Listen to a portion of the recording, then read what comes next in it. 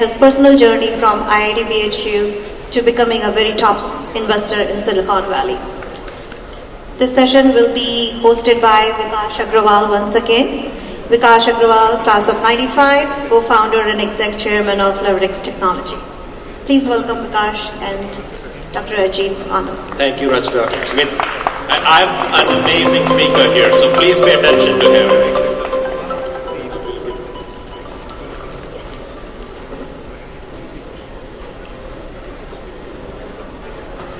Hi. Thank you. And this is for recording or that's the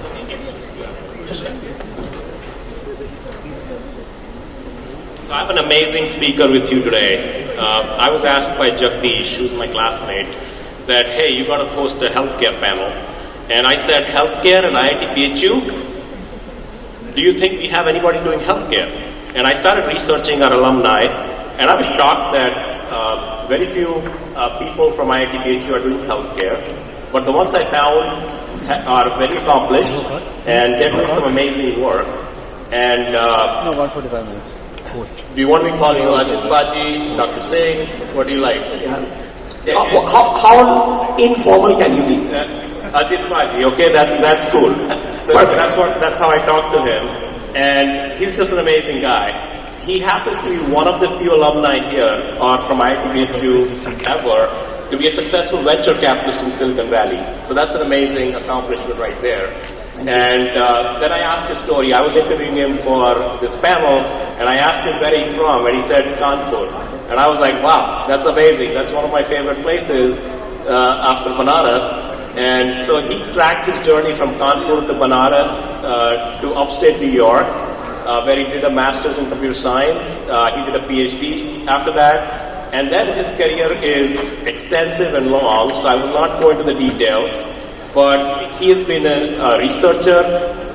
He's executive for a major Fortune 50 company, a top leader, professor, and now as a venture capital investor, he sits on multiple boards. He invests money. So thank you for joining us today. Absolutely, my pleasure. Fantastic. So I noticed that in your journey, you had two major inflection points, right? One was you moved from computer science to healthcare somehow, and then from being an executive in a major corporation, a top leader, you became a venture capitalist. So can you tell us about those two inflection points in your life and how they came about? Because some of those stories you're telling me is fantastic, and I want to make sure the audience hears about them. So first of all, those are the two inflection points I'd like to admit. Absolutely. There's more that were less successful, so they don't end up in public sight. But look, if I was to tell the story, if there'll be a common theme across it, it'll be pure serendipity. Most of the interesting things in my life truly happened because of serendipity. And I can start with the two you asked, and then we can hopefully it leads us someplace. So you said, how did the transition take place from computer science to medicine or healthcare? So it was there were two broad reasons why it came about. So number one, I started out as a PhD student in computer science at Columbia, and there was a professor called Peter Allen who took me on. Mostly because both of us were unattached. He was a new professor looking for a student, and if he wasn't, honestly, I don't think I had a chance at Columbia. So it's the way I joke about, I got into BHU after 11th standard, and many of my classmates said to us, I think all of you understand Hindi well, you went to BHU, safe assumption? Yeah. Yes. So बहुत सारे classmates से बोला करे सराजी एक बार फिर से कर लो यार, मतलब वो next batch was a 4-year batch. So I was the first or the last 5-year batch, 80 to 85. Wow. So had I taken the exam again in 81, I would have still graduated in 85. So people said, यार दोबारा से दे. मैं कहा क्यों? कहते नहीं IIT Kanpur चले जाओगे. तो मैंने कहा मरना है जाके वहाँ पे. Why would I do that to myself? And then second thing I said was tongue in cheek. Computer एक बार गलती कर गया दोबारा नहीं करेगा. I'm happy where I am. So it was one of those things where we kind of found each other, and Peter Allen was the same thing. Now here's what's interesting. So literally a month after I started my PhD, my father passed away in India, who was, and hopefully later in the conversation I'll say a couple of things about him. So I was in this dilemma, should I continue with my PhD or not? And if I was to continue with my PhD, I had to have some way of making money in addition to my scholarship. So can somebody guess what side gig I did? So hint, I'm a Sardar. Second hint, I'm in New York. So what, sorry? You did not know about this, right? Perfect. So I drove a taxi. For 1 year, I drove a taxi in the evenings. Now, there most cabbies prefer you stay in Manhattan. You know, you take 10, 15 short rides and you're done. And nobody liked going to JFK because you had to wait 3 hours. I was a Maggu Sardar. So I said, perfect, I'll go to JFK, take my backpack, basta along, and study for 3 hours, take a ride, come back to Manhattan. And it worked perfectly for me. So studied 3-4 hours, came back. One such ride, I recognized the guy in the rearview mirror. This guy, I had read a couple of his books, and I recognized his face. So I just jokingly said, or not jokingly, I said, "You Professor Sachs." And I was 90% sure the answer would be yes, and 10% that I made a mistake.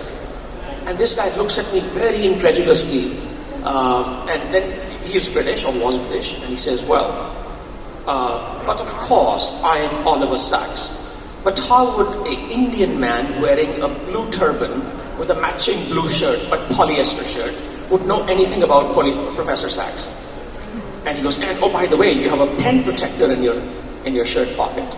So I said, well, maybe the pen protector ought to give you a hint. Are you some sort of a student? I said, yes, sir. So what are you doing? Studying computer science, yada, yada, yada. And by the time I dropped him off at Rockefeller University, he goes, son, would you like to meet for a coffee? And tongue-in-cheek I responded, well, let me check my diary and come back. He was using the word diary a lot. Now, this was Oliver Sacks, and some of you might know of him. He was a neuroscientist, and he influenced my work a lot. Even though my PhD was in computer science, these were early days of AI and neuroscience combination, and that was it's a long answer. Wow. That's how I got introduced to healthcare. So this was a yellow cab, right? This was a proper yellow cab, the type Saraji drivers drive. Wow, no Uber. Yeah. Wow. Uber, by the way, the running joke is that when Neil Armstrong landed on moon, there was already a Sardar there with a taxi driver. Fantastic. No, I love this story, so I wanted him to share it firsthand with you. And then you ride through the corporate world and you become president of a major division of Siemens. And then you come to Silicon Valley and you're doing venture investing. Completely different focus and area of expertise. So once again, the two things happened there that caused this. First of all, when I joined Siemens, this was 1988, October 16, 1988. I was in R&D. I was focused mostly on AI and robotics, so I kind of left healthcare behind. It was during my PhD. Then, in 1994, so 6 years into my Siemens journey, someone from Siemens Healthcare, the president of Siemens Healthcare, a guy called Eric Reinhardt, came to Princeton, which is where I was working, and he had been the head of Siemens India before that. So my boss thought, there's a guy who understands India, who's in the lab. Let me pitch an Indian guy against him. I was the only Indian at Siemens Research at the time. So this guy kind of took some liking to me. We argued for a bit. Then he asked someone later in the evening, so who was this Ajit guy? And he goes, why do you want to know? He goes, well, he was arguing a lot. So this other person who knew both of us, his name is Eckhard Lance, he goes, well, Ajit, he's very often wrong, but he's never in doubt. So that was my introduction to the head of Siemens. And he asked me to come and be his assistant. So I said, what does that mean? I said, when I think of assistant means carrying your briefcase. He goes, yeah, that too. So I worked for him as his EA for about a year. And then he brought me into Siemens Medical. And of course, as you pointed out, it led me to running the oncology group of Siemens, which was at that time just short of $2 billion. Now, around that time, somebody from Silicon Valley approached me a couple of times in 1999 to come and build a PACS business, which is digital radiology business on the cloud. Those days it was not called cloud. I almost made that switch, but I chickened out. And 6 months later, I realized I was lucky that I chickened out, because March 2000, everything just collapsed. Now these people kept pursuing me, and 2007 I finally gave in. I'll tell you their names in a second. They said, we have a company that does digital pathology, and since you've done digital radiology, hopefully there's some similarity between the two. So at that time I was 42 years old. I had a clear midlife crisis. I was working in Germany. My family was living in New York. I was commuting back and forth. And I said, look, if I was ever going to do a startup, that would be the time. So I left in 2008, literally 20 years to the date at Siemens. Now again, perfect timing. I left on September 3rd, 2008, joined September 6th, 2008, and September 17th, Lehman Brothers collapsed, and then everything went to hell. So I escaped 1999, Silicon Valley, but I didn't escape 2008. I had so much difficulty raising money for my startup. And then these wonderful people from Ardemon Ventures came to my rescue, and as luck would have it, we were acquired by Roche within about 19-20 months of starting. And Ardemon suddenly thought, yeah, wow, this is more than 10x return in less than 2 years. Healthcare must be really good. This was their first healthcare investment. And lo and behold, they said, would you like to come and do healthcare at Ardemon? So what's the common theme across this? Common theme is pure serendipity, pure absolute serendipity. None of this was planned. And sometimes life works out according to a plan, but most of the time it doesn't. Most of the time it is just somehow a random walk where you run into some interesting opportunity or interesting person and latch on to them, and then that leads you to where you are today. Absolutely. Maybe it's called sheer luck. I do believe in luck, so I had bad luck twice, so I absolutely believe in it. But I do believe in serendipity as well. So a lot of people here are probably interested in doing their own startups, and they want to raise money, right? As a venture capitalist, we are going a little off topic because it's not just healthcare. What are the top 3 things you look at an entrepreneur, somebody who's pitching you an idea? They've got a lot of passion, they've got a lot of enthusiasm, but what are the top 3 things you look at before you say, okay, I'm willing to write you a check? Right. So I'm going to give you a rather odd answer. When I was at Siemens, I was often accused, Ajit only hires his friends. And I said, yes, I do. I only hire my friends.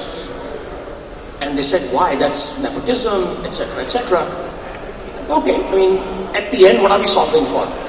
We're solving for good results. Now, of course, we're solving for fairness, we're solving for equal opportunity, all of that. But you cannot solve for everything, and this will be a theme, hopefully some other questions will draw it out. You cannot solve for everything. So I used to hire people where I could trust them 100%. And so I used to say 100% performance, 100% trust, 99% performance, not the other way around. If it's 99% trust, I don't know where the other shoe will drop. So I was very comfortable being iconoclastic. I was very comfortable. And of course, this was a different era. I would not say publicly I only hired friends in 2022. That will not work. But this was a different time frame. In how we fund startups, and a lot of it has to do with the philosophy of Ardemon Ventures, which I really buy into, we are tongue-in-cheek called the pre-PowerPoint firm. If you already have a PowerPoint deck, it's too late to come to us. So ideally, we'll get to know you much before you have an idea. So how would that happen? That would typically happen if you're my friend, right? Now, I'm not suggesting I invest only in friends. It's not true. What I'm saying is, I would rather become friends with you first before I invest in a company. Why? This is 10 to 15 year journey. So if you're spending money in an early stage startup, it's not a 2-3 year flip. And generally speaking in healthcare, there is no 2-3 year flip. It's a 10-year journey. You have to plan for a decade. I have to see your ugly face every day for 10 years. I better be friends with you. Or you have to see my ugly face every day. So we better be friends. So, summary, I would rather get to know a person really, really, really well as a human being, as a thinker, as a brainstormer, as an arguer, before it leads to an investment. Criteria 1, and then criteria 2, 3, 4, and all similar to everybody else. Has to be a good idea, has to be a large business, large market, has to have good technology protection, and so on. So what we just heard is, if you want a check from him, the line starts in the back, and after this panel, he's going to talk to you, because everybody here is a friend of yours. So we should, absolutely, or become friends. So thank you for sharing that. So now we want to talk a little about healthcare because that's really the focus of the panel. So we went through COVID. Why did this panel come together? Why are we spending time on healthcare here at this conference? Well, we lived last 2.5 years and still living the COVID, I don't know what to call it, but COVID, right? We'll stop there. And healthcare has been the focus. There's a lot of focus on digital health. There's genomics, personalized medicine. There's so much going on in healthcare. Can you help us understand in a very simple way why people in this audience should care about healthcare and where can they find opportunities for healthcare? Of course. So what's the single largest sector by spending globally? What's the largest sector of spending globally?